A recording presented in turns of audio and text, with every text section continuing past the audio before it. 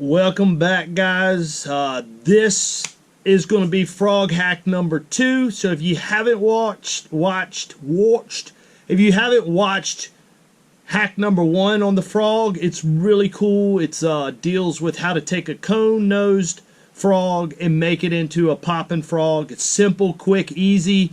Check out that video and a lot of other videos. And a reminder, guys, every Monday and Thursday we're posting videos around 3 o'clock every Monday, Thursday, and we're doing Saturday nuggets. I'm not sure. We're going to be random on times, probably around noon on Saturdays. So, guys, without further ado, we're going to get into a hack, and this is going to be dealing with hooks, okay? There's a lot of debate over what style hooks. So you look at this one. This one's a very widespread looking hook. This one is kind of your straight inline hook. You got this one. This frog is actually developed and it actually poking out a little bit. You got all kinds of different hooks and variances on frog hooks. But what I'm about to tell you is, number one, we're going to learn how to change your hooks on your frogs if you're not familiar with how to even change out your hooks. But this is going to be dealing with the hook that I found a while ago.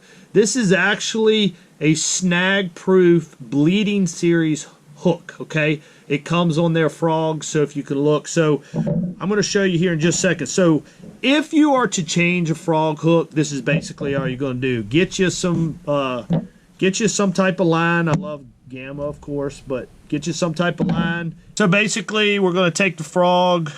You can go ahead and just tie it on just like normal. Simply tie a knot right there to the eyelet. I'm just going to use a simple Palomar knot. Doesn't matter what you use. So, all right. So now that we don't even have to cut off the tag end, okay? So now that we got our, it tied directly to our line, basically all you're going to do is simply pull it out. Pull it out just like that, okay? Now that we got it out, and we got enough tag, we can lay the frog down. Now you see this? This is a, I don't know, it's kind of like a swivel. Basically, we're going to take and separate these hooks, and it drops out. So now we got the replaced hook. Now guys, you guys got to pay attention and watch this video all the way to the end, because this is really a fascinating deal. I want you to see the gap. Now this is your standard hook. If you can see this, it's actually pointing down. It's a downward point. Look at this one. The points are actually, but look at the difference in the gaps. Guys, this is a longer shank. This is like a short shank. But look at the difference in the J hook. This J hook, if he gets his mouth around that J hook is super deep. This is like a sub J. This is like not even a strong, deep-throated J. You only have like a half an inch between my fingernails. You only have a half inch of J. Check out the J on this hook. This J is like enormous. Okay, so this is my preferred hook on a frog. So basically, to install it, now you got to follow me on this, because what I'm about to show you is not completely 100% proof. So basically, thread the keeper on, separate it a little bit. Now it's ready. Bring the frog. We're going to have the line, and we're going to pull it back through the frog. Okay, so that's the reason of a braid or whatever you end up using. So we're simply going to pull it back through. Try not to get your hands. Okay. So we're going to pull it back through, and got to get it straight. So there it is. All right. See, now we got the eye back out. We're simply going to twist, bring it back through. So now that we got it back through, I want to talk to you a little bit about this hook. Now, as you can see, this hook sits back. Now, it fits different frogs. Like this one is a lot longer. See how this one's a little bit longer? This is a shorter frog. You got your tails. I pulled out the tails just to illustrate so you could see what I'm talking about. This fits in there perfect. Now, does it sit back here a little bit further in this particular frog? I think this is a booyah frog.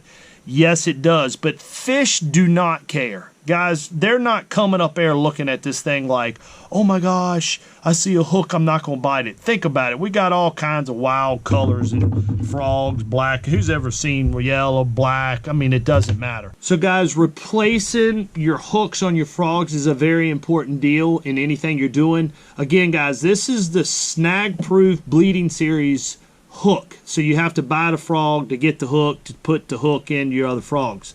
Okay. This is not 100% snag proof, okay? This frog, this hook is such a big hook. If you're throwing around tons of like willow trees or bushes or firing it way back underneath lay down logs, this is not going to be the hook that you're going to want to use, okay? This is more of an open water, open grass, open style fishing hook, but it is without a shadow of a doubt the best hook for hooking up with bass on a frog. So if you're fishing extremely heavy mats or you're fishing holes in grass, a lot of people will just throw it in a hole and let it sit and just, you know, soak it, barely twitching it, moving it, irritating them. This hook, I mean, like when it collapses, I mean, it's instant like that. You see that big J coming out like that? It is a awesome hook, okay? So when it comes to this hook that I'm suggesting to you, understand me, it's not 100% snag proof. These hooks that are embedded into the frog, yes, you can fire them back up in trees and lay down logs. This hack, this hook, this style I'm showing you is more for your open waters. You know, of course, when you have your tails like on this, when I pulled them out, just to illustrate again to you guys about it. So this hook is going to fit in just about every single frog you throw. It doesn't matter what brand you throw, you can replace this. My frog box has a million different brands of frogs in it, but it works in just about every one of them. Guys, if you want a higher percentage hookup, snag proof, bleeding series, frog hook, I know your hookup percentage will increase a lot, and I hope you guys enjoyed this hack. I can't believe I spilled it again, but again, a reminder, I got a lot more stuff coming your way. You guys have been so kind to me in subscribing, liking, and commenting and sharing. Guys, the more you share, the more people will learn, and without further ado, I'm out.